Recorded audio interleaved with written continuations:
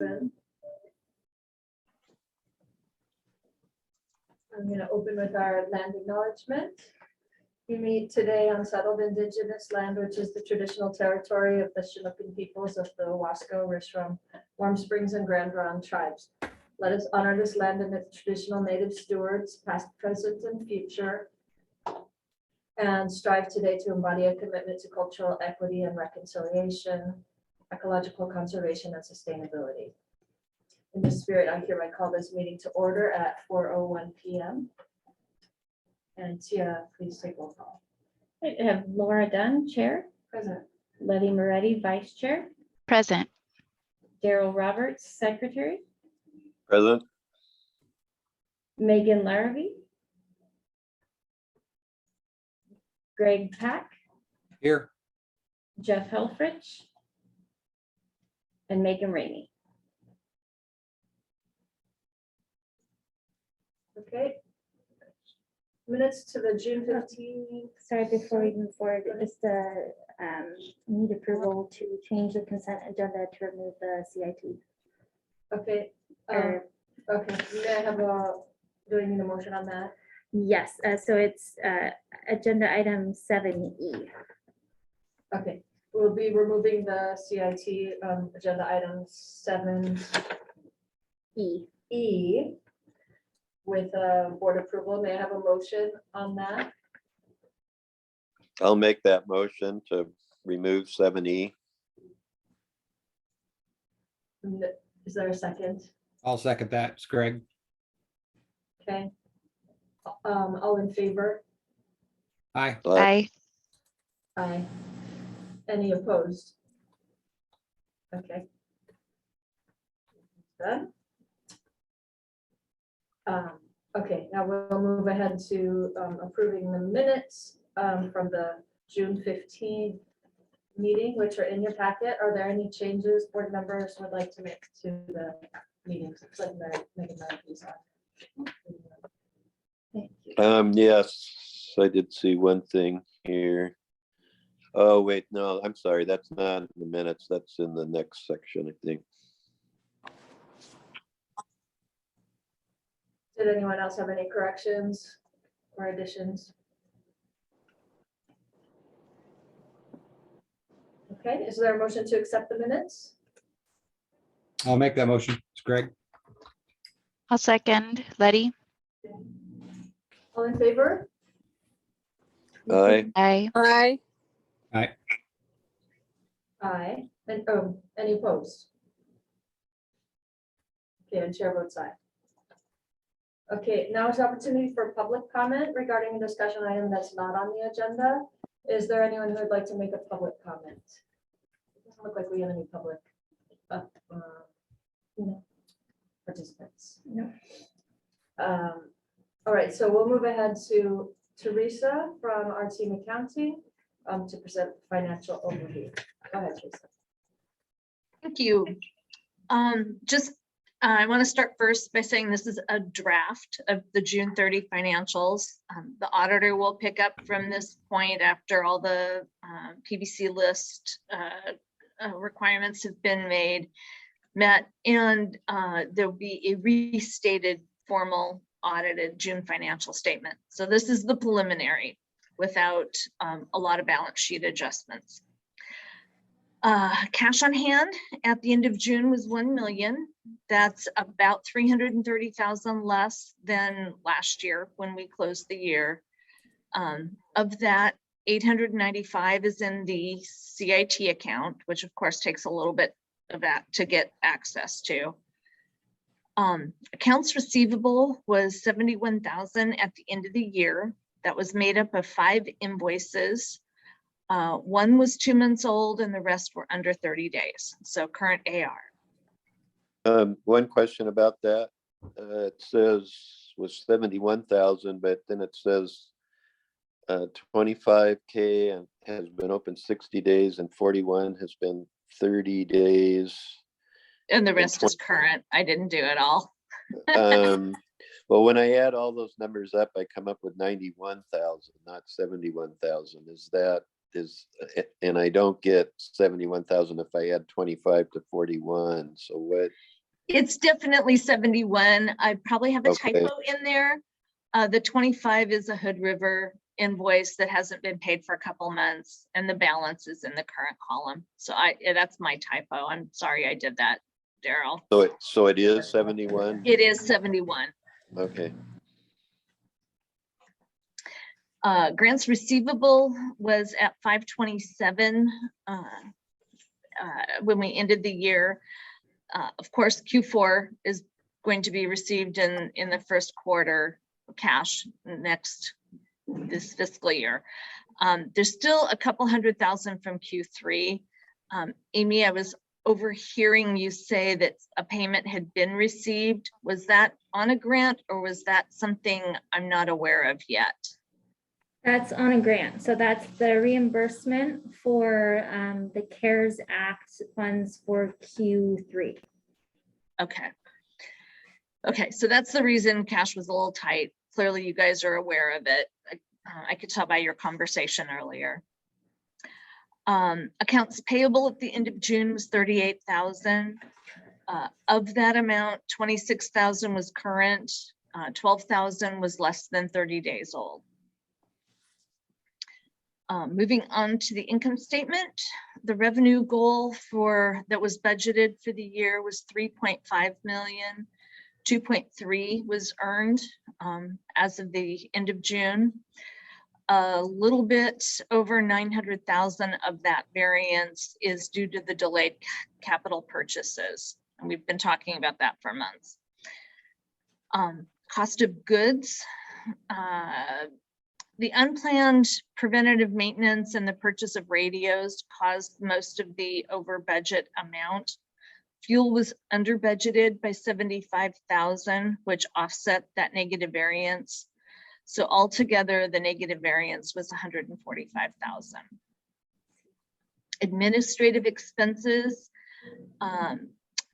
there was about 36,000 over budgeted spending. 25 of that was related to unexpected building repairs. Personnel expense, payroll for the year was 1.3 million. It's 11,000 off of budget, which is for the amount of hiring we did in Q4 was pretty close. Pretty amazing. Net income at the end of the year was 33,000. That's about 9,000 less than what had been budgeted.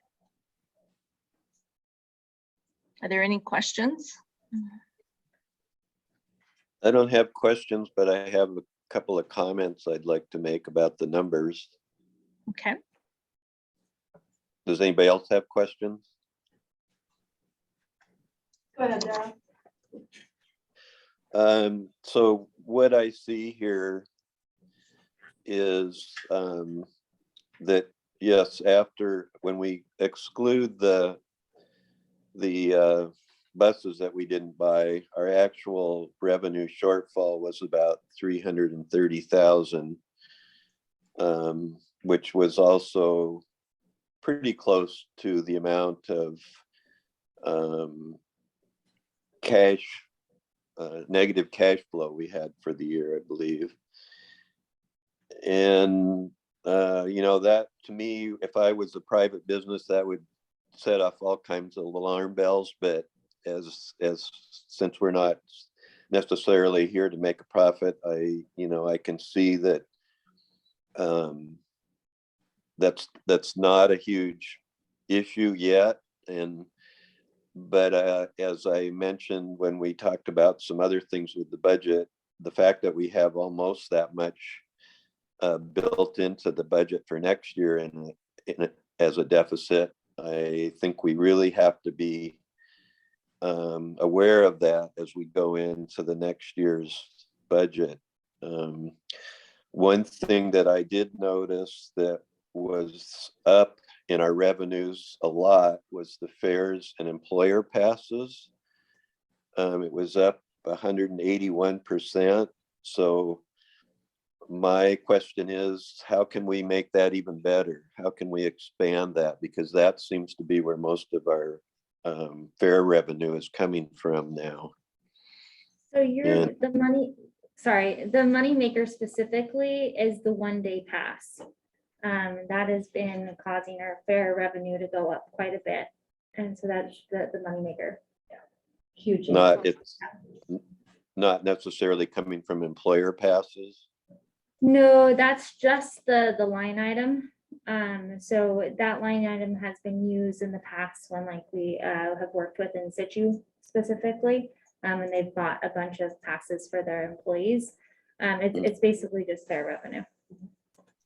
Really? But Okay. Well, I guess that's encouraging. Then we must be getting our ridership numbers must be up quite a bit then too. One thing to note too, though, kind of combined with that, the Gorge Pass marketing that we've been doing, where we've been working with 4 providers, and we got a grant for it. This is the second year that we've had the grant, and they've been doing the kind of widespread Columbia Gorge or the Gorge Pass marketing. We've been finding that we haven't been getting kind of the growth as much as that we wanted from the Portland market. So we're actually channeling more of those funds back into the local market, or and a certain percentage of those funds will be going back into the local market to really be going, targeting the local businesses to buy passes for their employees locally. So that's just kind of semi-related. So I didn't mean to interrupt. Okay, well, that's all I have. But that could also help that line item as well.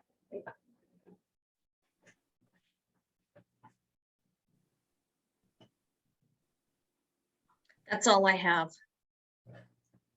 And to that, the other point about the issue with the death deficit, I 100% hear you, Daryl, and we are watching it very closely.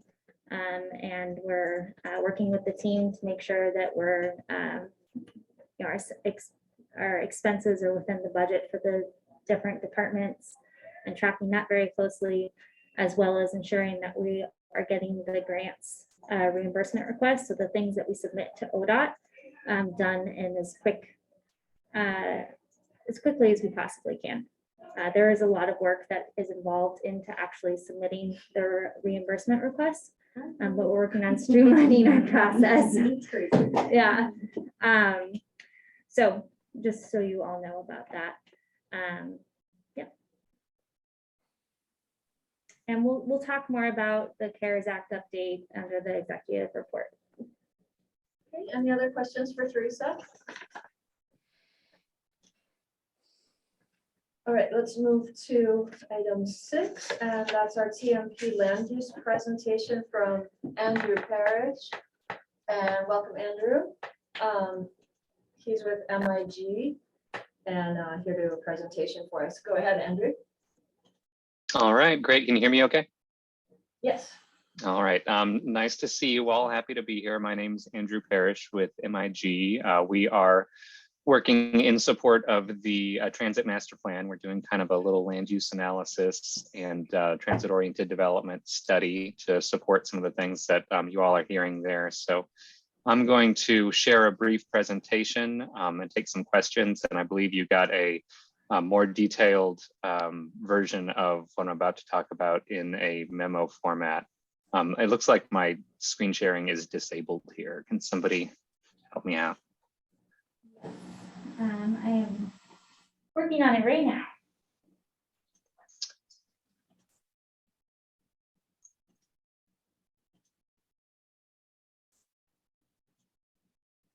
So just the first thing I'm going to be talking about is what it is that we're up to in this land use analysis.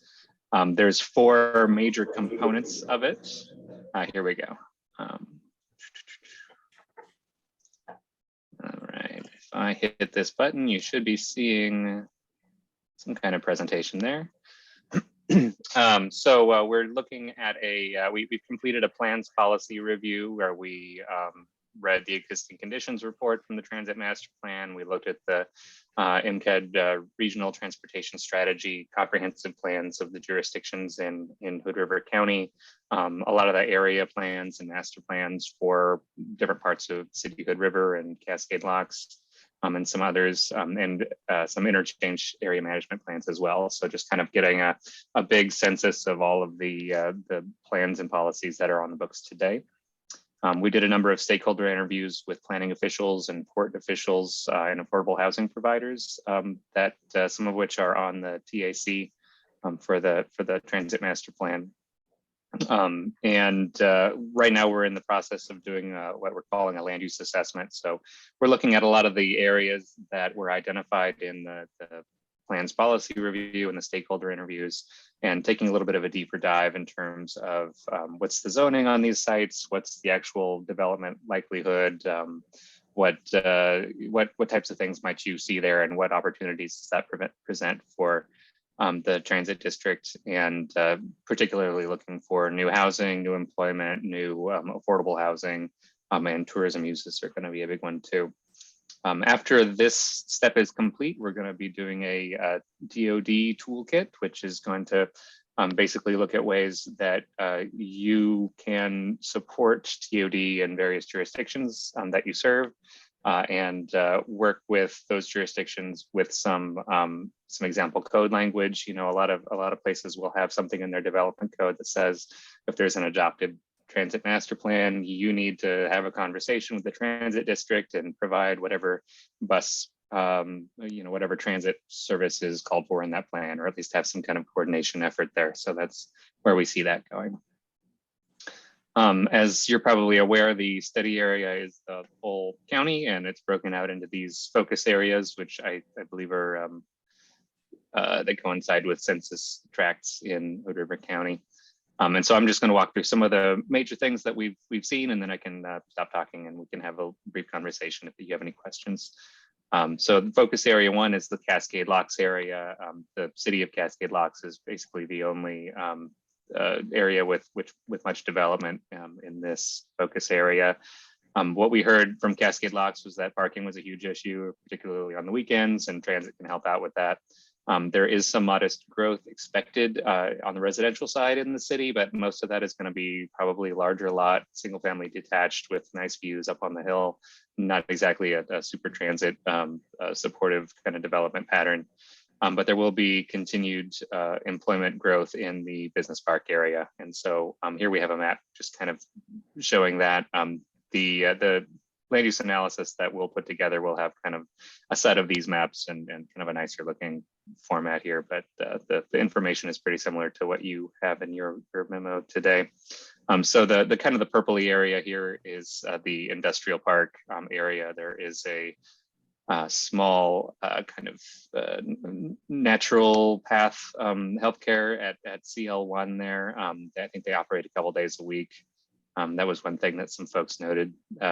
Getting transit service to the Sternwheeler kind of area was something else that folks thought was a good idea. And I guess one more thing I'll note is a new trailhead for the Pacific Crest Trail that might be a good spot to be thinking about as you look to improve transit service. Focus area 2 is Hood River West. This includes basically the west side of Hood River and a fair amount of kind of agricultural land, some small rural residential pockets.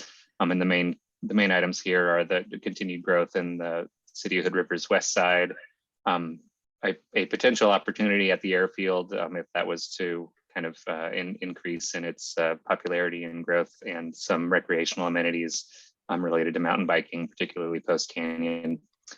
So this is a fairly zoomed out version of these sites, and you can see the what I believe is one of the main post canyon staging areas all the way out in on item 6 there. And the airfield a fair way to the south, but this next map will zoom us in to the west side of Hood River. I think the main points to note here are so this map is showing current zoning. There's still a lot of room to annex that's within the urban growth boundary of the city of Hood River. I think that goes out to about Frankton, maybe a little bit west of Frankton out on that side. And this is really the majority of the residential growth expected for the city of Hood River.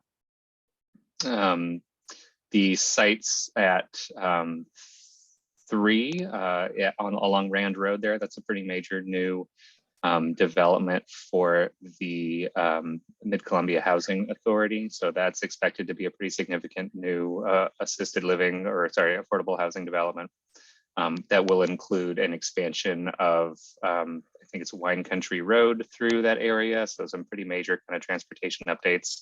And they're very interested in working with you all on how to get good transit access to that site.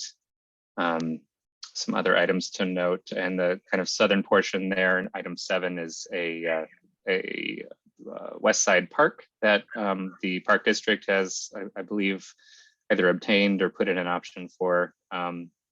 So that's going to be a new recreational amenity out there. And Cascade Avenue in the north there, item 2 is going to, there was a pretty significant streetscape plan done for that area. There's some fairly large sites that might be opportunities for new development. Looking at the rest of Hood River, it's basically broken down into activity on the waterfront and activity kind of along the Heights corridor, and that's an urban renewal district that the city has. So we heard a fair amount about goings on the waterfront. Lot 1 is supposed to be a new transit hub. That's the intent, replacing the transit stop that's there today. There's a lot of interest among the folks we talked to in recreational kind of focused transit access, because parking is an issue out there and people have lots of kind of big recreational equipment that they say, well, wouldn't it be great if we could take that on a bus? And I'm sure some of that is prohibitively large, but that was what we've heard. And then 5, 6, and 7 are sort of points along the Heights corridor that have some either existing or future uses that might be good focal points, transit accessible focal points that we'll look at a little bit further. MIG is working with the city of Hood River on the Heights streetscape plan currently. So I don't think they're really looking too closely at redevelopment sites, but they are working kind of on an overall vision for the streetscape and how transit might fit within that. So we'll have some more information there. Moving down to the other focus areas here, focus area 4, Odell and Lower Highway 35. The county's doing a lot of community planning in the next couple of years for these rural community areas. So that will be a good opportunity for the district to be involved in these conversations about what the future of these areas might look like. We heard about a potential for a sort of a loop connector between the Odell School and the fairground and some lower income housing in that area, a large fruit packing kind of hub in the employment areas of Odell, Cardinal Glass, and a former mill site that's been remediated. So I think the port has done that work. So they're looking to sell that property and expand the employment base there. And then maybe some tourism opportunities in Pine Grove. So this map shows those in a bit more detail. So the 3 spots that are marked as 1 are kind of the potential loop that a transit service could hit a few good spots out here. And as you can see, there's a lot of industrial land, that M1 and M2 zone in this area. And last but not least, focus area 5, Upper Valley and Upper Highway 35. This is mainly Parkdale. So there's another community plan that's in upcoming for the county to look at Parkdale. It's a very small community. If it grows a lot and fast, it still won't be growing very much. So I see fairly limited potential there. But Parkdale and the community of Mount Hood, as well as maybe a long-term redevelopment in the mill site and D are the main things we've identified in this focus area.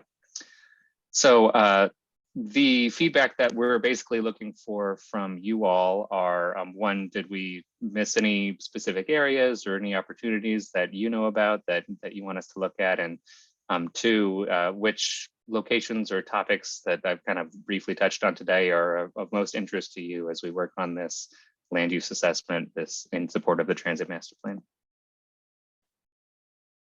I'm wondering about the high school, whether that came up at all and whether you could look a little bit there. Parking there is awful during the busy coming and going times and Like parking, just getting in and out, there's no traffic flow. there's not a good traffic flow, yeah. And I think there's some really nice parks there. There's a bike park, Tennis courts, all. and the- yeah, the that little stuff, kind of yeah. thing. I think that's maybe a little underutilized and it's kind of out there and but potentially, you know, a great location for both people in town and up from Mid Valley to come down to. So I'd like to see us serving that area better and And that's Hood River High School. yeah, you know, and we've given passes to the students, but I don't think we're quite promoting that enough. I'd like to try to get teachers interested in riding our buses and being service today. Okay. We will take a look. Yeah, maybe there's a school district kind of long range plan we can look at as well to see if they have any articulated plans for the future of that site or how much they expect to grow. That's pretty close to Windmaster Market. Okay. That airport. That's right.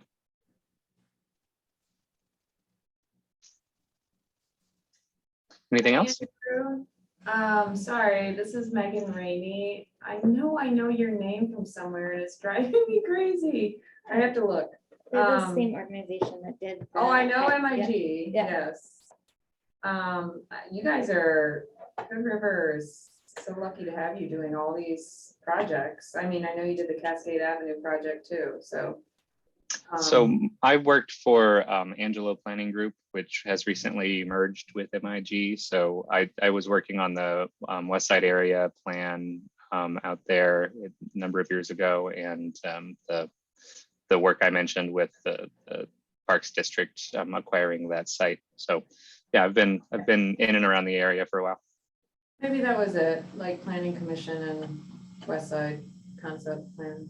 Anyway, the one that's kind of controversial that's coming to mind is the D, I don't know, what is it called? Whatever that. D sign Detour. is.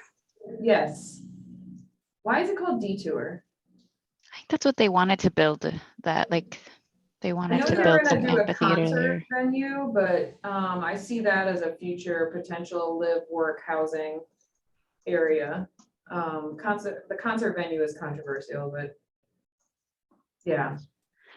And I wanted to mention the historic Columbia River Highway.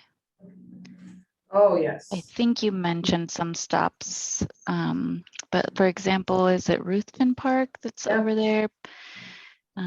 Right now, I saw some plans for the historic Columbia River Highway to plan for like 18 parking spots. And when I drove in there, it's a gravel lot and it seems like it should just be like a public transportation spot or people can ride their bikes or walk there, because a parking lot for 18 spots doesn't seem like a good use of space, and there's not enough room for a bus to turn around. But has that come up at all? Yes, it has, and we have talked to ODOT about it. And it's a long range plan until it can actually be implemented. But they have discussed with us how they could involve transit and how they could incorporate us into the design. Yeah, I just Yeah. had a meeting with Tara the other day and she said the same thing, like they're working on a layout to accommodate bus turnaround. Yeah, there's an Yeah. issue with the grade of there's a couple of ways they could do it, but they're kind of running into problems because there is a pretty steep grade on one of the ends as to where they could put an access point. So. Long-term, yes. And then another one, which was on there, is that they're actively working with us with development, is the Rand Road affordable housing project. I've talked to the folks who are working on that to make sure that we're incorporated in that as well.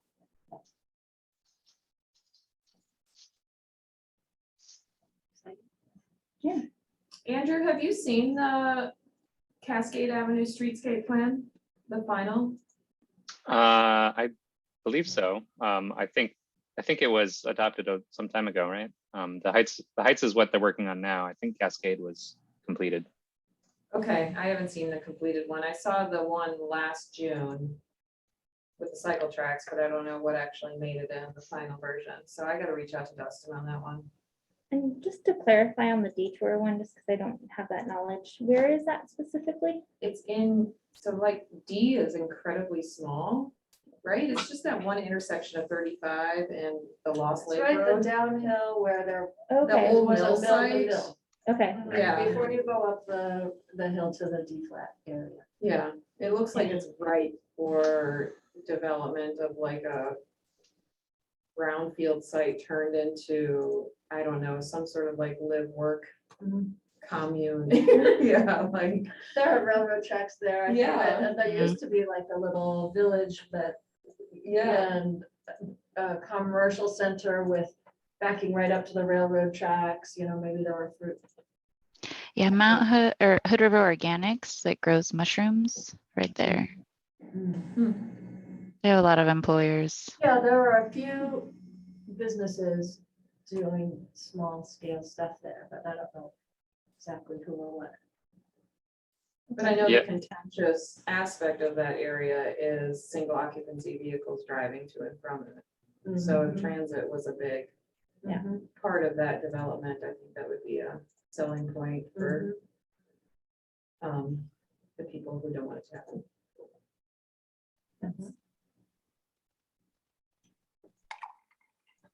All right, any other questions or comments for Andrew?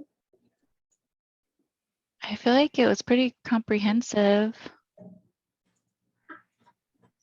All right, well, I will have an actual report that details a lot of this stuff and incorporates what you have all talked about, and we'll get some of the historic highway kind of rest stops, spots along there as well. I think that'll be important to have, but yeah, more information to come, and I'll be in touch.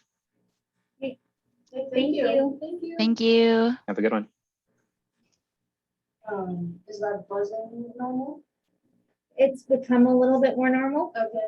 For us or in general? Either one. All right. It's, All right, say it it's shouldn't stopped. last Thank long. you.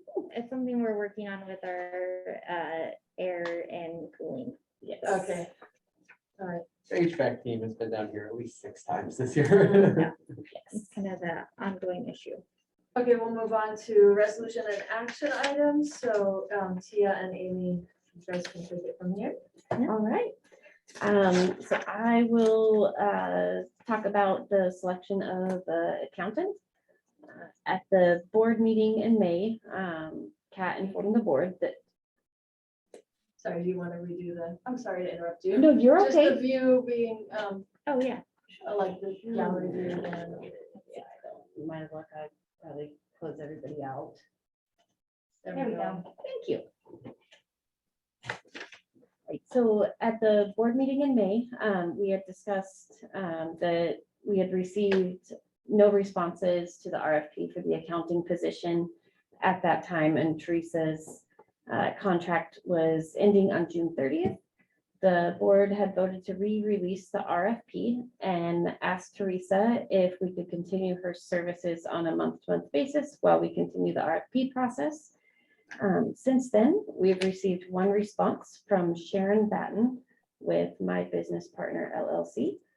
I provided the information from Sharon and a little brief overview of her business and her list of references in the meeting packet. She had provided 7 references, and to date I have received responses from 2, and I added those in the materials as well. The board will need to vote on whether they'd like to hire My Business Partner Staff recommendation would be that the budget committee or Daryl schedule an interview to meet with Sharon Batten before that happens. That's what I have. Any questions? Tia, was there a breakdown on costs versus what we're currently paying? I did see the hourly rates for their work. I just don't know our existing. Yes, give me just one moment and I can get that.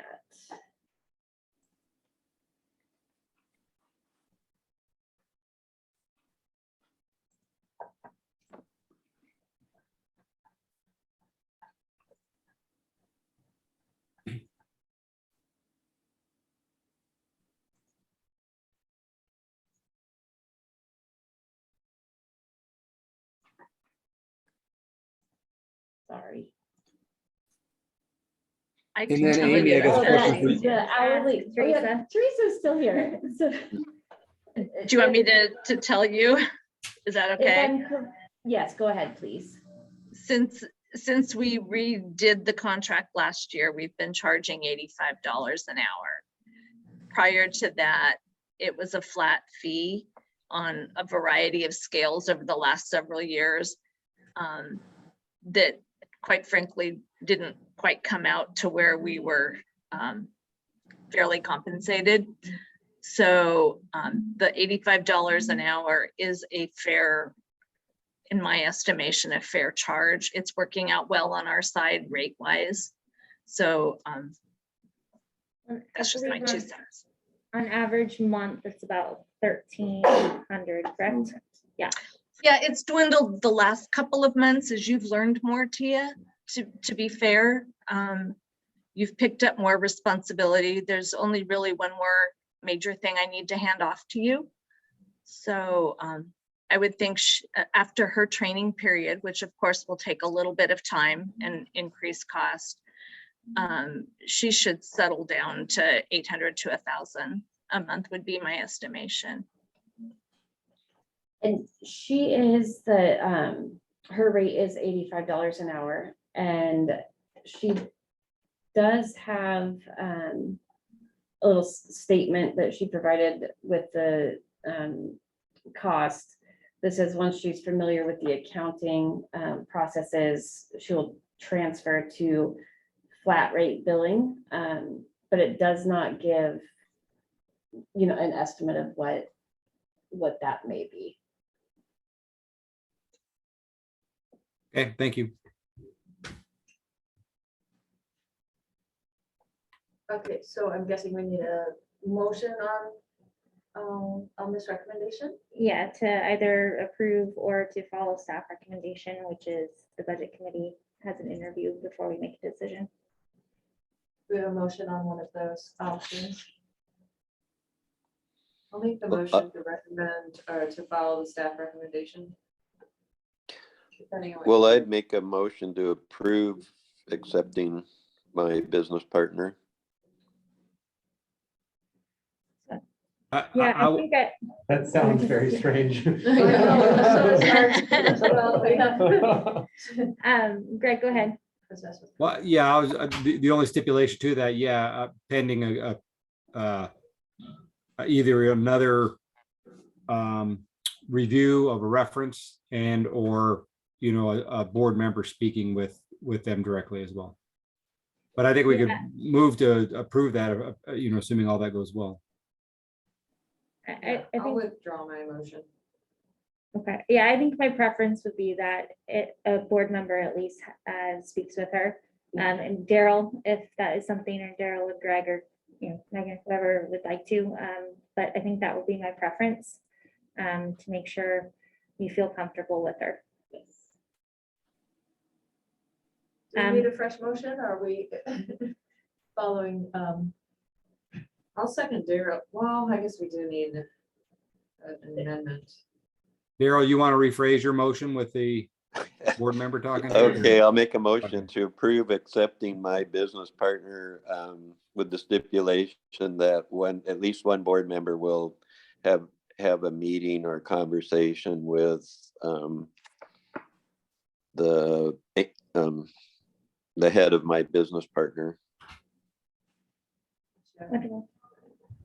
Okay, and do we have a second on that? I'll second that. Okay, and all in favor? Aye. Aye. Any opposed? The chair votes aye. Okay, and then Tia will work with, do we have somebody specifically who wants to have that conversation? Daryl, are you willing to do that for us? I am, but but maybe if we wind up having a different treasurer, we should have that person do it. Okay, Okay, we could look back to that after elections. That's our next item. Yeah, whoever's the secretary treasurer for the next term could do that. Okay. all right. Do So- you want to introduce that then? Yes, so every year we need to do a board officer election. And so simply the first step of that is we can go around and have people nominate somebody for the board chair, which is Laura's position, vice chair, which is Letty's current position, and then the secretary treasurer, which is Daryl's current position. So once we have those nominations, we have sent out a link to everybody for SurveyMonkey. And once those have been nominated or nominations have happened, we just ask that you go in there real quick, type in the name of those people that have been nominated for who you want to elect. And then Ty has access to it in real time and can let everybody know what the decision is. Any questions?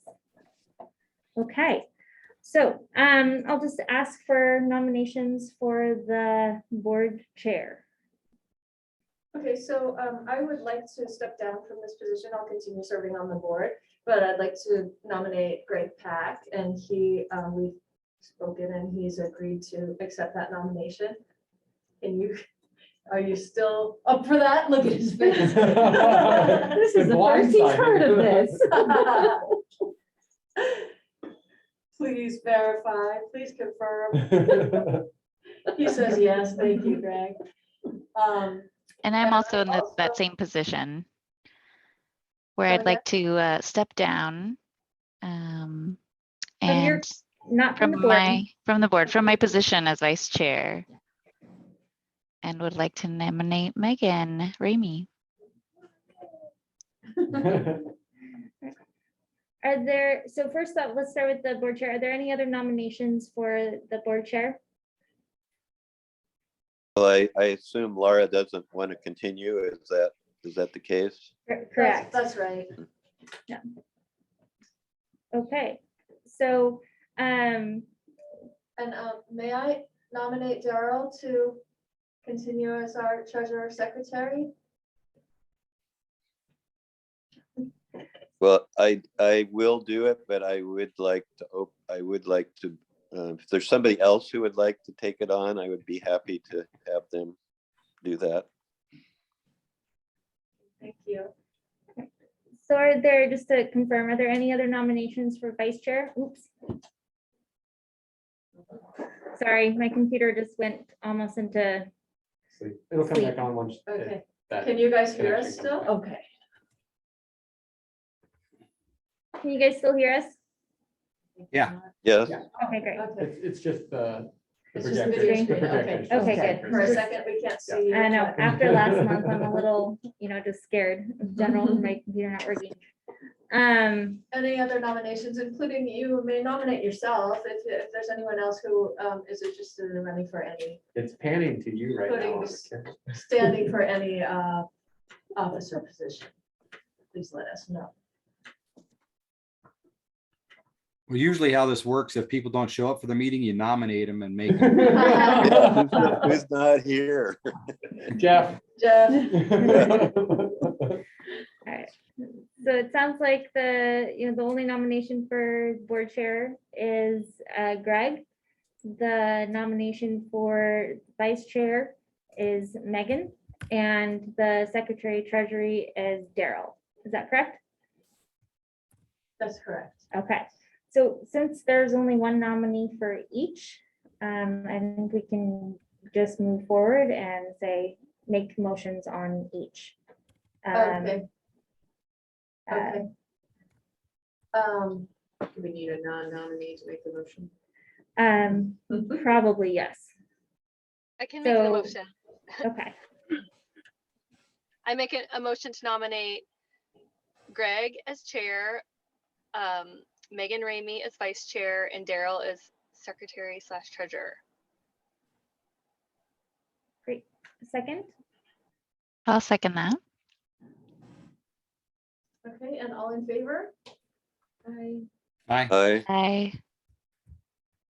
Aye. Any opposed? Okay, thank you. Right, so and just to be clear, that'll start next meeting, so on the August, or once this meeting is concluded, then that'll start. Okay, I'll keep going. then. I just want to say a word of thank you You're to welcome. both you and Letty. Thank you guys. I- And thank you, ladies. And thank you, Daryl. well, Yes. I'm very sorry to lose you, Laura, as our chair, but if we had to lose you, I'm glad Greg's there to step in. Yeah, thank you. I appreciate all that you guys have done, and I am glad that it's just the position, it's not the entire board, so I'm glad that we retain you all. And thank you, Greg and Megan, for stepping up, and Daryl for stepping up again. So I appreciate it very much. Okay, employee handbook.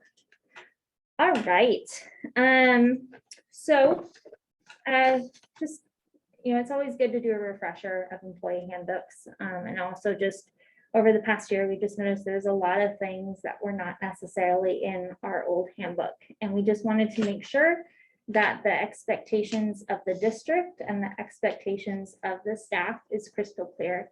And our intent is that this employee handbook helps to do that.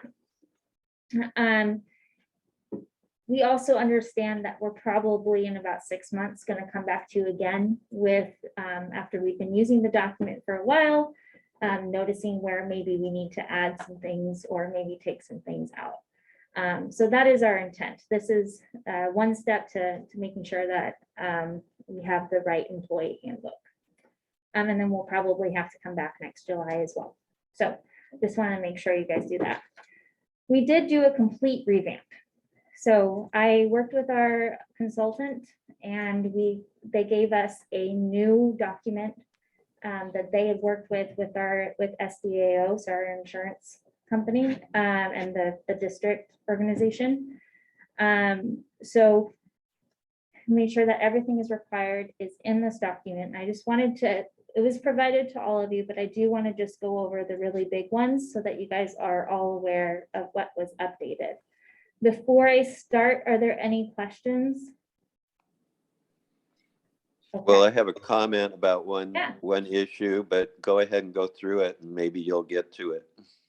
Okay, Do you sounds have more good. than one printed one with you? I unfortunately do not. No, that's totally fine. Okay.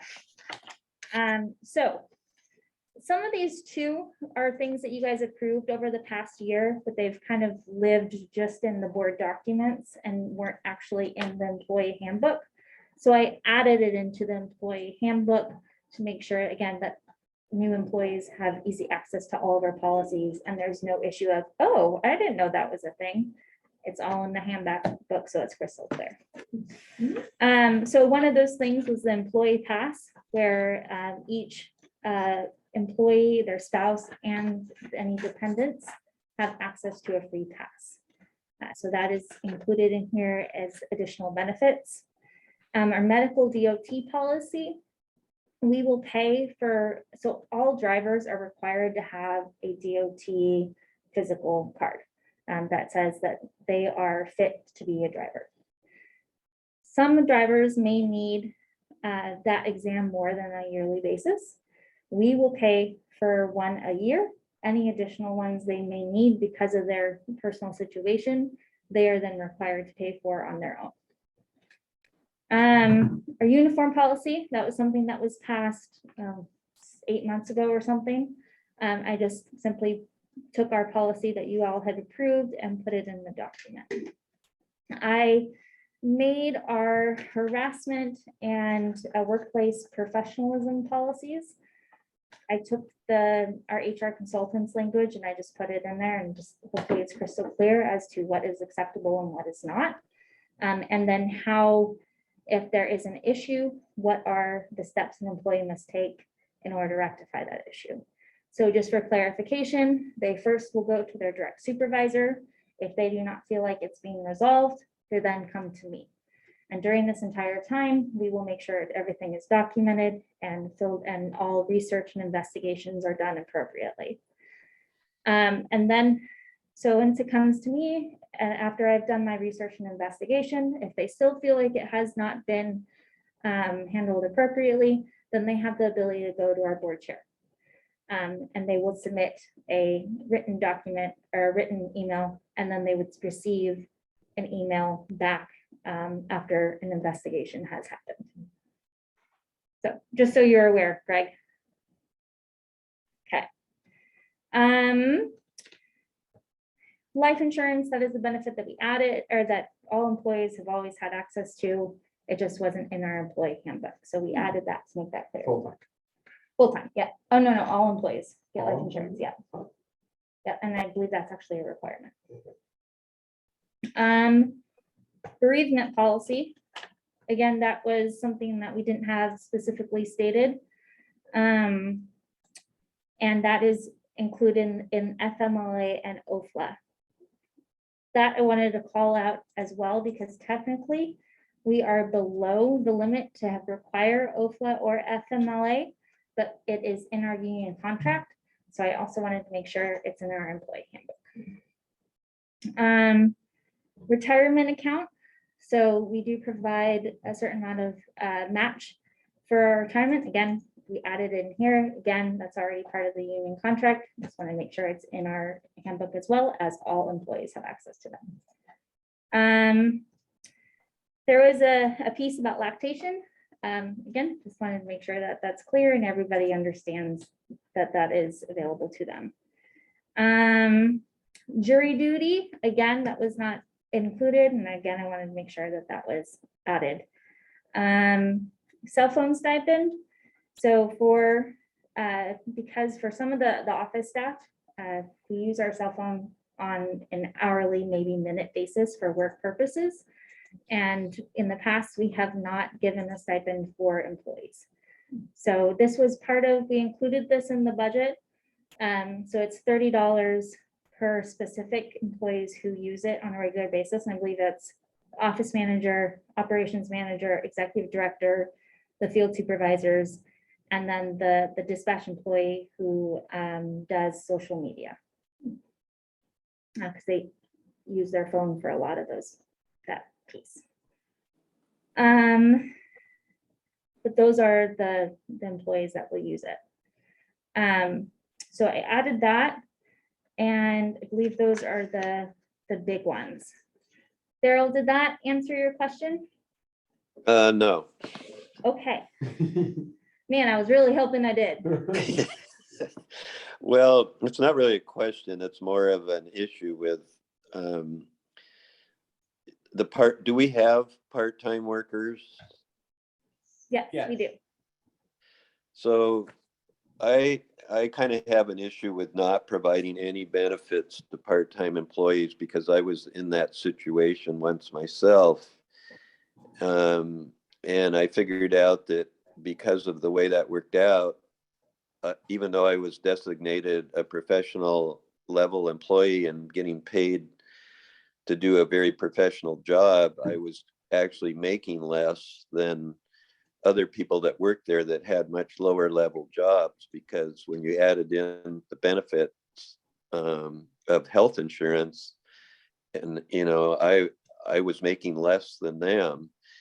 And I mean, I do see that we consider anybody that works 30 hours or more as full time, and that's good. I mean, in my situation, you had to be 40 hours, I think. But I would encourage us, I don't know if it's not possible to offer benefits because of the way our insurance works. But if it is, I would like to see us try to figure out something so that those people are, you know, at least able to get health insurance, or we pay part of it, even if it's just a small amount, so that it's not such, I mean, in my situation, it wound up that 2/3 of my paycheck went to paying for my health insurance, you know, and it was just not, I mean, after trying to work with the administration for 2 years to get something figured out and nothing did, I quit and left a job that I loved because Can I jump I in? just couldn't stomach that situation. Daryl, the only reason we don't is the union didn't negotiate that into the contract. Hmm. The union only put full-time employees in the union contract, so that's the only reason we offer it for full-time employees. Okay, so it, We could offer it to part-time employees. The only reason we do it is because that's the way the union negotiated the contract 4 years ago. okay. So I think that's definitely something that we can do. I don't think we can do it until at least the next budget year, because we'll have to budget and include that, as that it will be quite a hit. And benefits in general for us have, in general, we try to keep it at the 1.3 mark. So with benefits, it's, so with their regular salary and benefits, it's about 1.3. Does that make sense? Am I saying that the right way? Okay.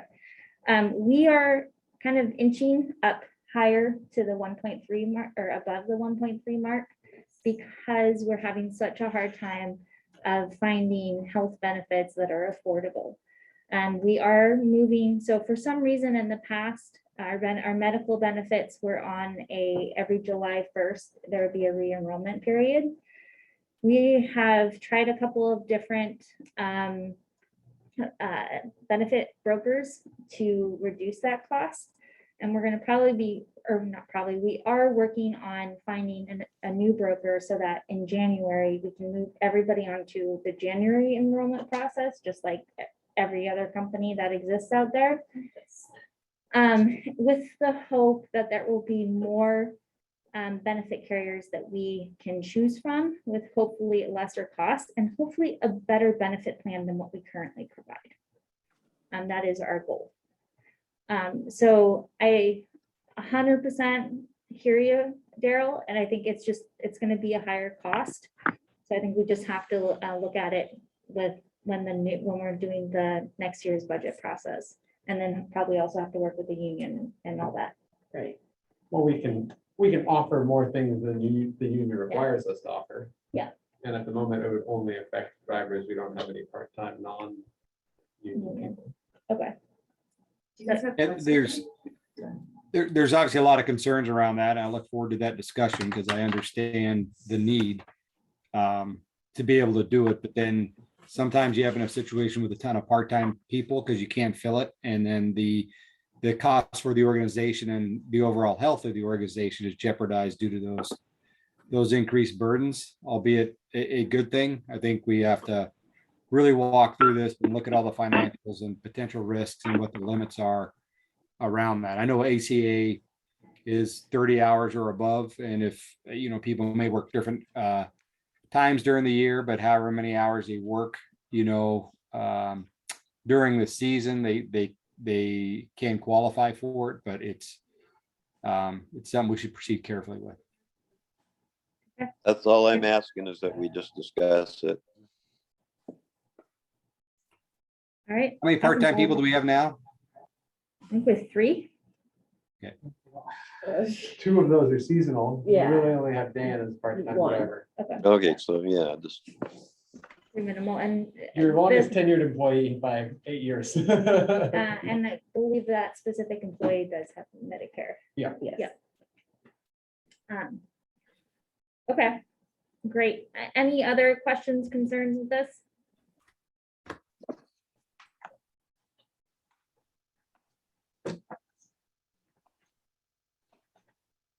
Okay, all right. next item. Okay, we'll just need a motion to approve.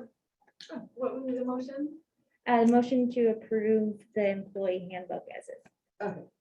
Could I have a motion to approve the employee handbook? I'll make that motion. And a second. I'll second. All in favor? Aye. Aye. I, Your lighting Right, gets me every awesome. time. I know, I feel like it's, Okay, chair votes aye. Thank you. Now go ahead. okay, so the next one is eligible check signers. I'm sorry, we have to go through this process again because we do have all new, or two new board chairs, or sorry, a new board chair and a new vice chair. So we do need approval to add that, to add specifically Greg and Megan Ramey onto our bank. So Daryl, I'm sorry, you are going to have to come in and sign the thing again, and we can do it at your convenience. We can And send a bus to pick you up. not only that, I am also asking for approval for Ty as well to be added onto the eligible check signers, just in case if I'm off on vacation, et cetera, et cetera. I want to make sure that I'm not holding up district business. I didn't get notified of this. Ty? Yeah, yes. Any concerns? Okay, we'll just need a motion. Does it have to be somebody else who's not going to be a check signer? I'll make Yes. that motion to add Ty Graves as someone who can sign checks as well as, do I need to do it for the new, Yes, please. for treasurer, new treasurer and chair and vice chair Yeah, starting specifically, now? yes. And if you could specifically name the names too. Specifically, sorry, my audio's bad. Greg, my name's Greg. Greg Pack, Okay. Greg Pack, And Megan Ramey. and Ty Megan Graves. Ramey, and Ty Graves. Thank you. Could we have someone second that motion? I'll second it. Okay. And all in favor? Aye. I, Aye. Aye. Any opposed? Chair votes aye. Thank you, everybody. And we remove the next item, so on to the operations manager report. That's you, Ty. Go ahead. Oh, sorry. I'm sorry, there was one additional thing to that piece. Okay. So also would like to add access for Tia so that to our online portal, so that she can look at statements and see the amount of money that is in there, or in the bank account. She won't have access to move anything. She won't have access to sign checks or do anything like that. It's simply so she can download statements and see where we are. Okay, I'll make that a motion to add Tia having access to view only bank account information. I'll second that. All in favor? Aye. Aye. Any opposed? Yes, I changed the setting on your computer. to And not chair- sleep for chair at least votes an aye. hour. Okay, now, Ty. No, okay, we have this in employee of the month and then performance report, so let's do it that way. Our employee of the month is Dennis. He always shows up with good attitude, smile, happy to be here. He's kind of like our Yogi Bear at the moment. He's always bringing in snacks and fruit and having fun. And if we need him to come in on Sunday, if you need me to, I'll be there. So he's always been our reliable guy recently. So Dennis is our employee of the month. We're also like 15 minutes behind schedule, so I'll try and make this quick. Our safety score went up a little bit. We had two minor crashes, both involving parked vehicles and our larger Gillig vehicles. There was no damage to our vehicle, a mirror broken on one of theirs, and a bumper pulled off that was instantly put back on. So I think there's actually only one insurance claim made from those two crashes. First crash actually got a hug, and the lady said she's gonna advocate for us to get a bus stop at that location, so it was actually a good event. The harsh event number is super high. So there's also the Moment Falls month. That one was in this. Oh, in this month, that's July, right. I'm so it'll be sorry. On your Yes. next report. Yes. Thank you. So yes, it is hard to keep track. We had 28 harsh event reports. That's again because we have moved the devices from our old Columbia Gorge, or not Columbia Express, but the Gorge Mountain vehicles into the new Falls to Locks vehicles, and we installed them instead of the mechanic. So anytime they fall or flop around, we get warnings that they think they slammed on the brakes or did something aggressive. So that 28 number is not a real number, but again, I'm not changing it because if I'm giving you guys a fake number, then that's not a real report. The drive time went up slightly based off last month. Our percentage over speed limit is up a tiny little bit. Our miles driven is up a tiny little bit. Our on-time fixed performance was down just a hair. We think that was largely because there was a couple of issues on 84. Our fuel usage didn't go up a ton, but the price went up a ton. And then we have two major vehicle repairs, and we had 0 pressure defects this month. Questions on any of those? So no question for me. I have to actually leave in like 5 minutes to get on the bus to go to Portland. So I'll plug in with my earbuds, but I just want to take a moment to give props to Ty, because he was like a hero last week. So we were taking the same bus to Portland.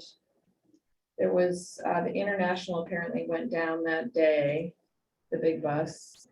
There was one extra person on the bus, and we were the last ones to board, my family.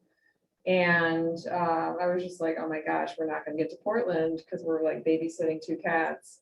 And he took the 5 people, I think, that were on the bus to Cascade Locks on a separate shuttle bus so we could get on and go to Portland. So We can add Jeff to that whole list too, because that was the day. So the tire blew out on the International. Jeff took a bus to go pick people up.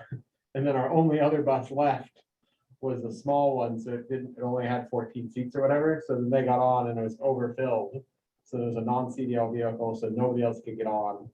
So then fortunately 5 people were only going to Cascade Locks, PCT hikers. They're all lovely. It was a great conversation and talk on the drive there. yeah. So we unloaded them, put them in the white van.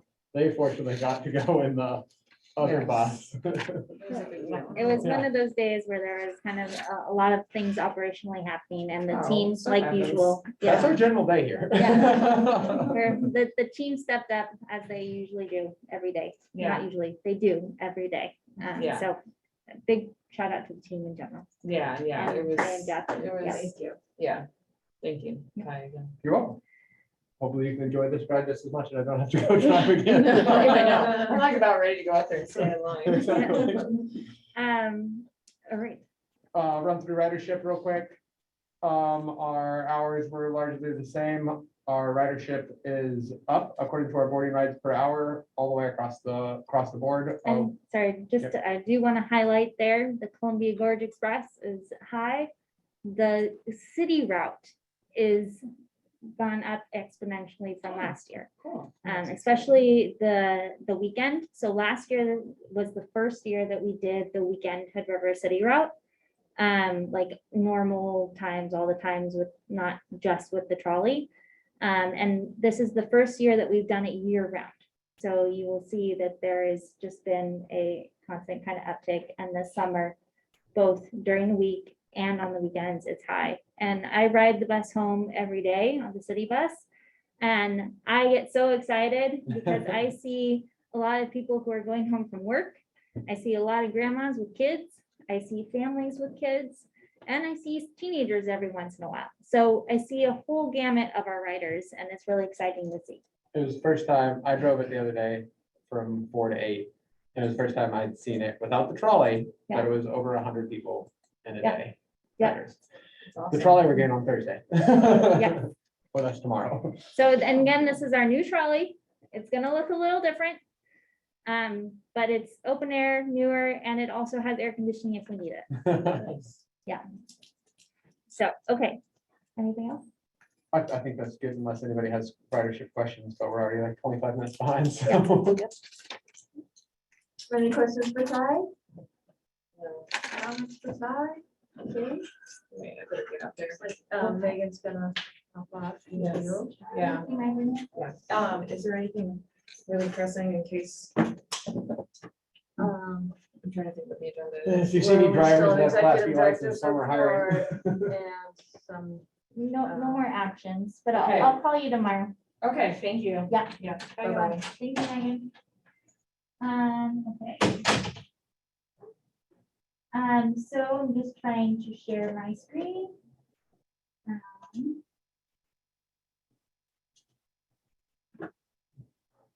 Okay. So, can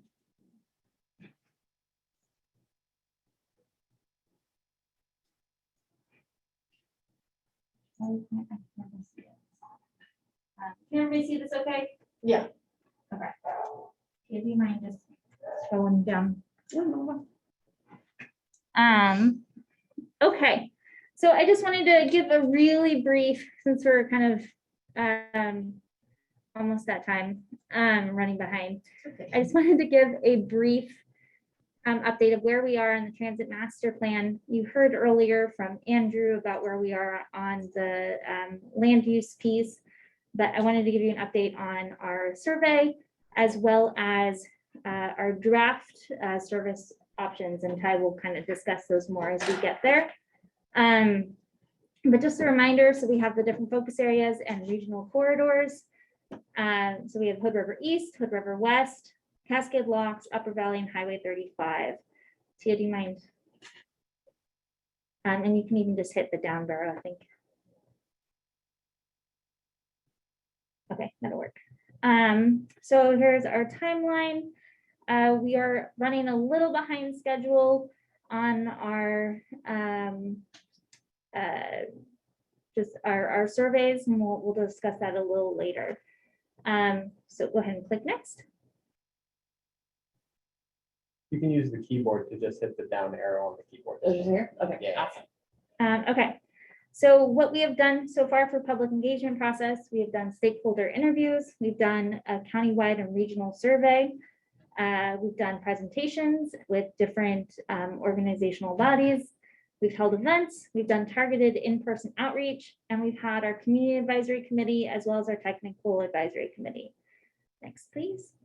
Here's a picture of our setup at a couple different places. On the top left, you have the library.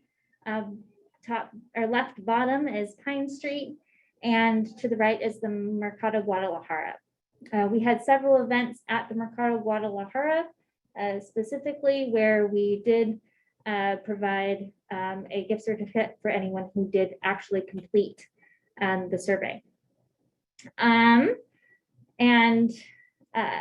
you know, the goal with the survey is to get a wide range of demographics in the county, as well as a large different respondents from the different focus areas. Next, please.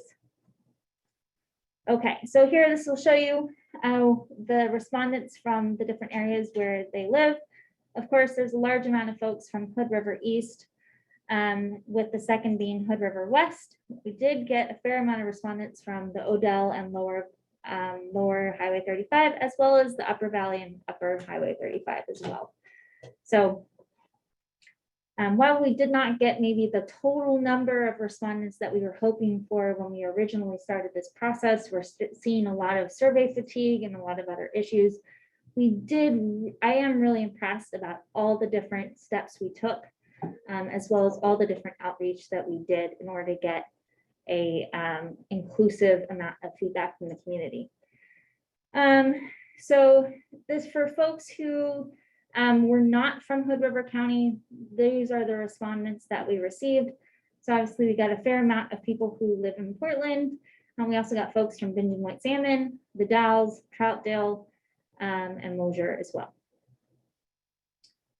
Okay, so for age group, the majority was between 25 and 64. However, we did get respondents over 65, and we got actually a large amount of folks from our high school students. And I'm going to attribute that largely to Ivy Collins, who is Laura's daughter.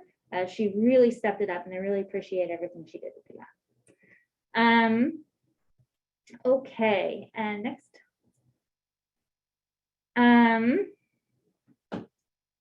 And then so here is showing the different demographics. There's a large amount of white Caucasian, but we did get a large percentage of Hispanic Latin community. Sorry for the formatting here. This is kind of weird. But what we are now doing, and the stage that we are now in, is we've put together what we have heard from different community members of what different options can be to serve our community. And as part of that, we also kind of looked at supportive transportation options. So there's land use, which we've already discussed. There's things that we can do for fare and pricing adaptations, stop and amenities, marketing and information, mobility hubs, as well as shift or off hours options that we can do in addition to the different routes. Next, please. So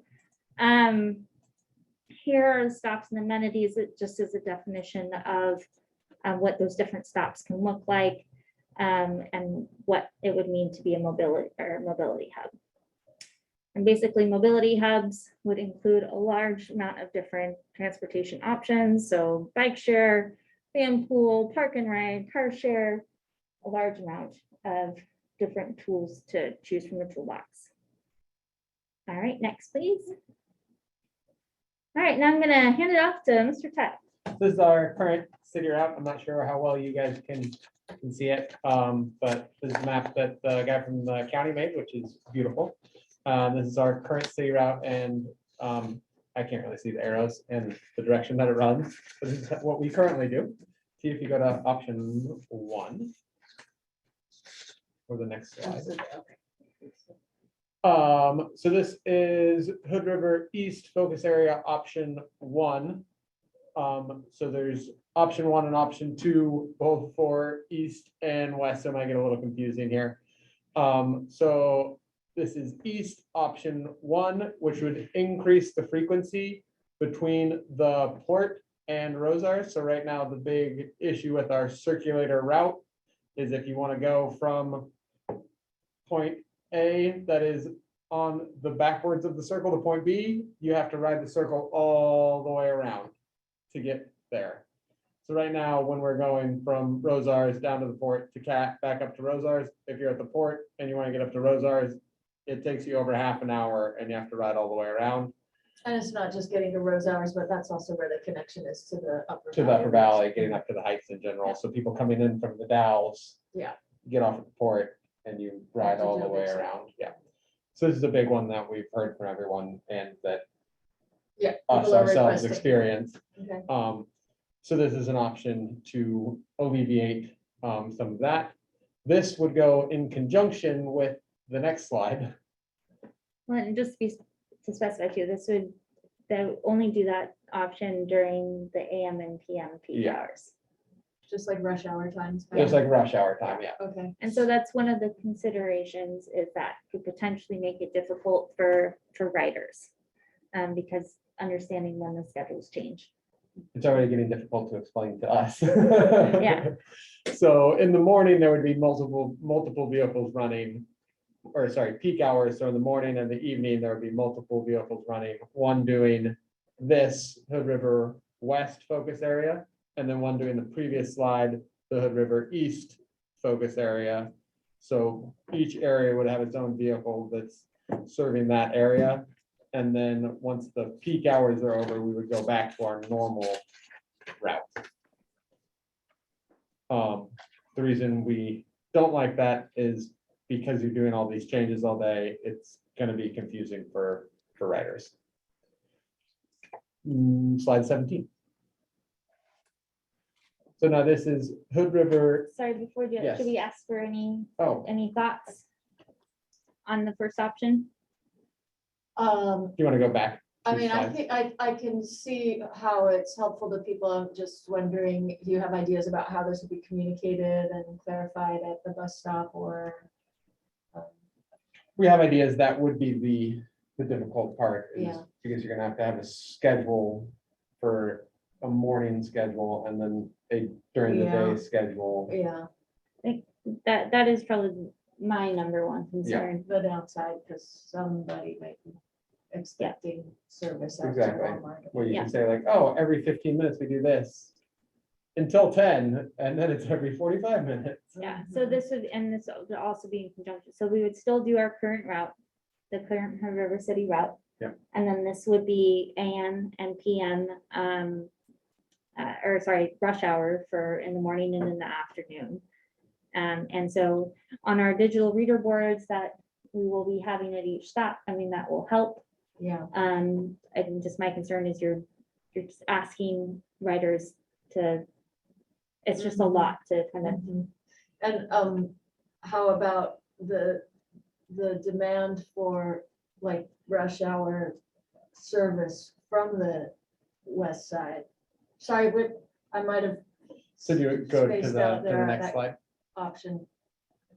So this is part of the same auction, just because Okay. we split it into 5 separate areas. So there'll be a separate bus that would go, that would pick up that, So this vehicle that's uh-huh, on this Route, route uh-huh. would be doing this and running at the same time as Okay, the previous okay. slide. so there would be service in both areas. Yes, At that at time. and the this same is time. 100% new route, and this is what we've heard from Okay. writers, that they want more access. There would need to be added another stop somewhere on that west side. Yeah, Uh-huh. right now Um, there's no And this stops is, in this that's area. right, and Yeah. that's peak service time of day. Yeah. Okay. Well, Rush hour. the current Uh-huh. suggestion is Uh-huh. for peak hour Okay, only. okay, We don't necessarily like that suggestion because we think it's gonna be a little bit confusing for okay, writers. So this is kind of your time too, to provide suggestions if you want to keep that, or if that's something that you suggest that we might change. We are bringing, so this same presentation, we're also going to be giving to the Technical Advisory Committee to hear their thoughts as well before we actually make changes and then push it out into the community. So the big things we heard from the community is they do want more frequency, and they want it during longer hours, and they want more access from the west side, and they want easier access from the Heights to the west side, and then also from folks who are in the downtown port area to get up to the Heights. You should just read off those. Without couple of winging all the way things. okay. So those are the big issues that we're trying to Yeah. solve with the these main- options. The main survey respondents were extended service hours, overwhelmingly evenings 6 to 10 and weekends, more identifiable bus stops, priority for visibility on street and formalized stops, and then frequency of service, especially with priority for early AM and late PM commuting times.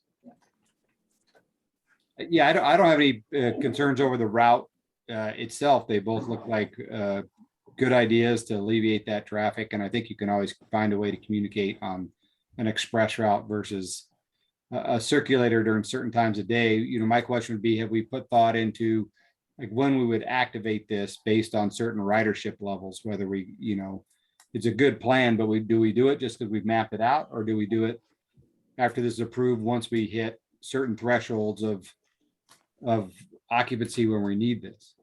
Yeah, and I think the main thing too is funding. So like these new services, we will actually need to find new funding in order before we can do them. So we're probably a couple of years out on most of these suggestions. And there are some things that we can, probably the city route, we can change that a bit with current funding. But it would, in order to do kind of the west side, the new services, we would need to find new funding to do these. Okay, thank you. Now we can go to option 2. Okay. So then, same thing, but this is a second option for the Hood River East. And so Our this little would thing is n- covering the points. Doesn't really expand to the farther south. Yes, and so this would not have the circulator route. So our current Hood River route would not be included in this option. Yeah, so this would be rerouting the city route Yeah. Okay, to do this instead of what our current city route is. can you go back to our current route, just so we can? Yeah. Visualize Can you go that? up 3? Um, Actually, Oh, there it is, yeah, there you go. She has it up, okay. So that, okay, and then, And again, this is a Back. circulator, so it goes one yeah, way. back down to the option 2, so 3 back down. Okay. Okay, well, I don't know how that. affects people. So this, and this would be in conjunction with the west side option too. So this makes it easier for people who are trying to go from downtown and the port to the west side. As well, and it looks like we don't have. It doesn't go to Safeway. Yeah, that should be on there. I think we I thought so, missed yeah. that. So that's option 2. Hit the next one, yeah.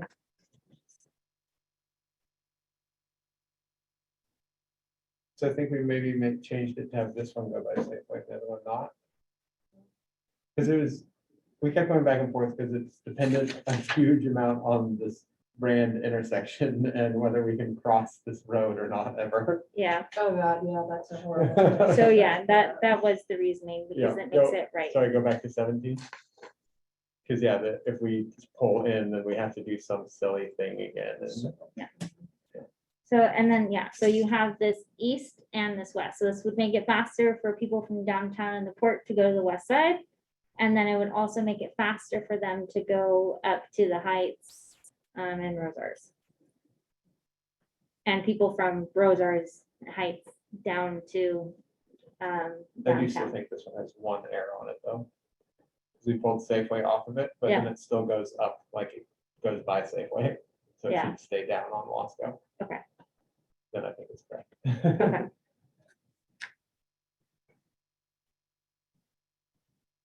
All right, 18. Yes, the 18. and it looks like Walmart is missing too. What else is it? Walmart. Okay. Yeah, so then this would be the other half of option 2. So then these ones would replace the city route. And it's a potential to serve a larger area because we're gonna go way out Frankton and encompass more, so potentially get more people, but you're gonna have a longer service time because you're covering more area. Can you go up 1 again, just to see 2A, okay, Yeah, hospital, and then 2B. looking at them as individual slides is really not very good.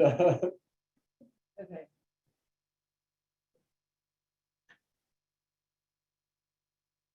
So yeah, so then you have, so this would be the way for people who are in the Heights as well as the west side to get down to Safeway or Walmart or downtown.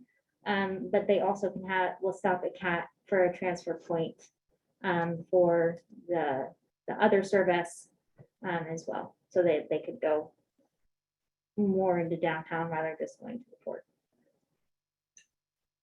Okay, and we don't need to make any decisions today. Nope, just Nope. comments, feedback. We can also send out, or we'll send out the maps so that you guys can review them a little bit more. And if you have any feedback, just send it to us and then we can incorporate it. If you could get it to me, I think within the next week, then we can incorporate it before we send out the second survey, which is gonna go out to the community with these refined options. That allows them to kind of make the choices. Do you only want to send the maps or do you want to send them more of the presentation as well? Yeah, we can send the entire presentation. The more things you guys want to look at and proofread. Yes, is always appreciated. Daryl's silence. Greg, Daryl, Megan, any questions? Okay. Nope. All right, let's go ahead and next slide. And I'll kind of breeze through these other ones. So the next, oh, sorry, Ty You will wanna breeze go for through. it? Yeah, it's all you. So this is Parkdale and Upper 35 area. So in this option, we are integrating the Gorge to Mountain Express as part of the fixed route service to service the Parkdale area. Right now, we service it with the deviated fixed route that goes to Odell and Parkdale. It gets pretty few deviations up there, and we don't have a whole lot of service because it's really far out there. And we feel like adding the service from the Gorge Mountain and giving them more fixed route times would be a pretty big benefit. The downside to this option is we run Gorge Mountain with a big bus, and getting a large vehicle around Parkdale might not be very easy. It would eliminate our deviations, and we'd have to have a hub or something in there, or do dial a ride to be able to meet our Title VI requirements. 20. The other option is to just have a transit hub and basically provide no transit service of our own and have a ride connection or ride share or somebody else provide those services. And then we would pick up and do everything from the hub. Comments, questions, concerns on those two? None from me. Okay, jumping into Odell and Lower Highway 35. We currently service this in the same way we do Cascade Locks and Parkdale, which is a deviated fixed route. So we have one bus stop at Mid Valley Market. Anybody else who wants to be picked up can call and we will pick them up. This suggestion is to add a couple of stops. So instead of just one stop, we'd actually have a couple, hopefully within some of the more densely populated communities up there and by some of the major facilities. And then we're not doing so many door-to-door stops. People can come to the major hubs, and this would allow us to do a couple of deviations if necessary. Then the other one is a slightly more compressed route of the previous version that would just allow for more deviations and have a fewer number of fixed route stops. Sorry, let's go back to 21, 22. If anybody has any comments or questions between those two. Those optional new bus stops are just semi-arbitrarily placed. We would obviously have to work with the county and individual entities to try and get those formally approved. Okay. All right, 23. 23 is Cascade Locks. So again, the main thing, it would be formalizing stops and getting an actual route in place there. So this is our option for having a fixed route service that runs down Forest Lane, has a turnaround to Bridge of the Gods, basically up and down Forest Lane. Our other option is number 24, Tia, which is the transit hub option, which would go back to removing everything except for fixed route service. And then there would have to be a first mile, last mile, another provider that provides any of those trips to get people to the transit hub so that we could take them to Portland, to the river, or anywhere else. And just to be clear, in different of these options, so I believe it's our 5310 funds do allow us to contract with like a taxi or another provider to do the ADA trips, make sure people can get last to, yeah. Okay. All right, so our next steps, so we have our second technical advisory committee tomorrow morning, actually, where we are going to be having the same presentation and discussion. We will be doing then the second survey, which again, once we have kind of revised these based on yours and the TAC suggestions. And then we'll have the third community advisory committee as well, and then the third technical advisory committee, which we are hoping to, oh, it's got accidentally taken off, but to move that to December. The third CAC is the 28th, is that right? Third CAC, yes. At what time? I believe it's 5 o'clock or 5:30. Okay, and then public hearings in winter 2022, 2023, and then plan adoption spring 2023. So we are moving along. 5:30. Any questions? All right. Only just Yeah. a quick point. I think in presentation mode, it'd be nice, like Laura was asking for, to show the map side by side, for the Yeah. change route or the two different options. So you can select, maybe take out some of the verbiage on the side panels and just put the map side by side so you can really see what you're giving up or what you're gaining. Or overlays blue and red or something Yeah. like that. Yeah. Yeah. Overlays would be great on the Slideshow same map format with different colors. Yeah. Yeah. Was not user friendly. But I think it might even be the best way to show it is on one map with different colors. Yeah. So it can be clearly shown.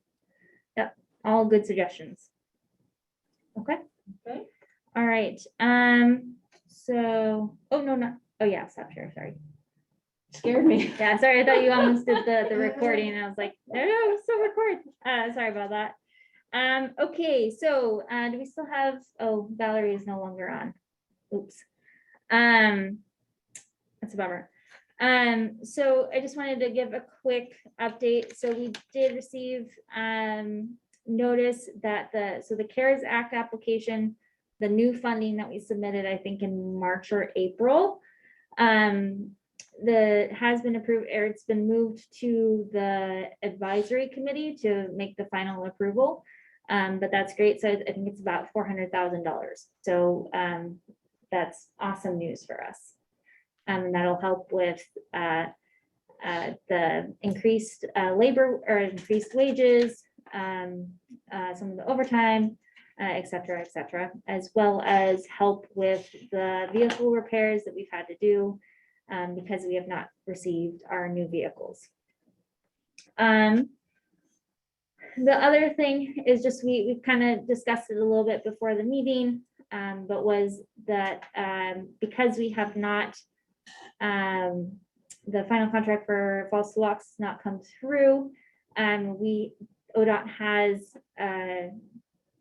moved it, so we have access to additional CARES Act funds so that we can cover operating costs while that F2L is being finalized.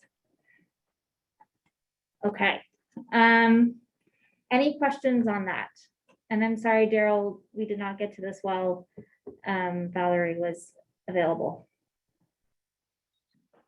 Well, I guess I just wonder how much longer we want to continue offering service with no signed contract. But I guess if they're sending us money, that's hopeful sign. Yeah, and so my understanding is that it will proceed. It just, because of their procurement process, it just has to tick a couple of different boxes. But I understand your concern.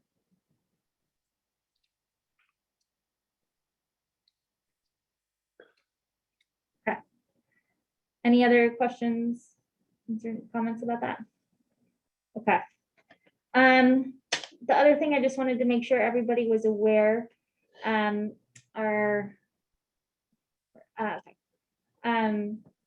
I was approached by Matt Adams Transportation Service to see if we were potentially interested in applying for consolidated grant funding in Washington to help provide the weekend white salmon route during next summer. So if the funding is approved to do the service next summer on the weekends only, like we did last year. We did not do it this year because we didn't have the funds to do it. So I am not asking for necessarily approval, just a general agreement that you are okay with me doing more research to see if this is something that we can apply for and work with Mount Adams Transportation Service to potentially do for next year.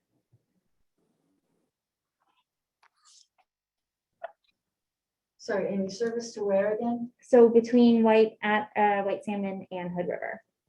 Okay. So last year we did a weekend service during the summer only between the two cities, because Mount Adams Transportation Service doesn't have the ability to do it on weekends. And we've been finding that it's a common issue with riders, is they want to be able to get between the two cities on the weekends. Okay.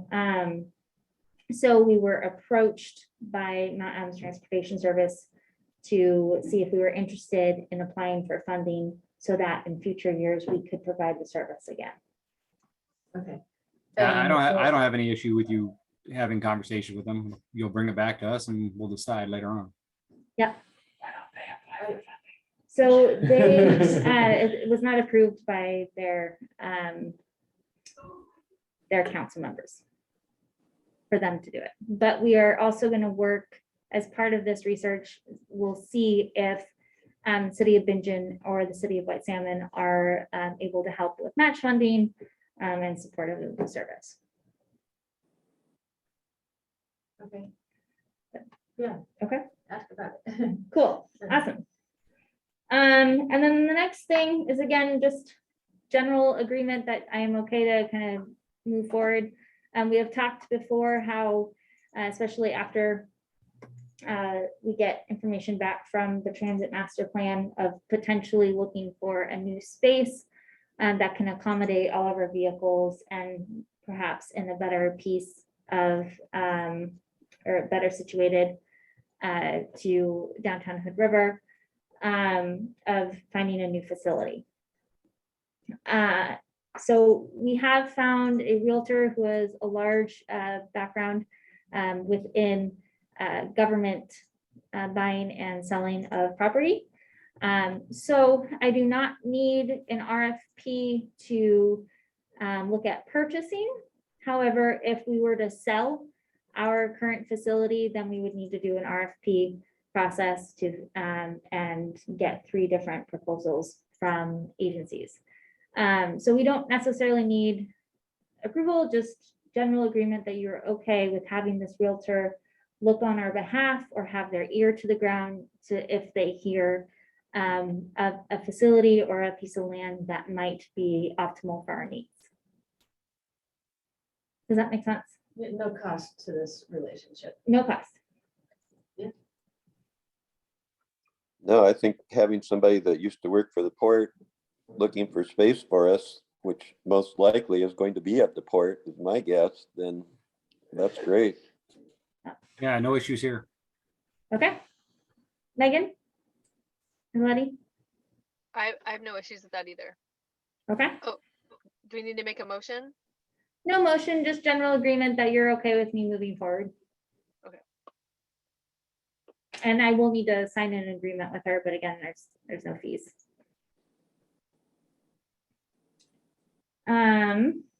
Okay. All right, so the next thing, we did have a discussion item on here. I just want to kind of really, I'm sorry, we're 13 minutes over. So putting the board meeting, putting the board meeting materials together each month, it's a process. It's a large amount of work. So we're finding that unfortunately having everything done by the Wednesday before the board meeting is really difficult for us to do. And a large reason of that is just because we're finalizing financials and finalizing a lot of other work.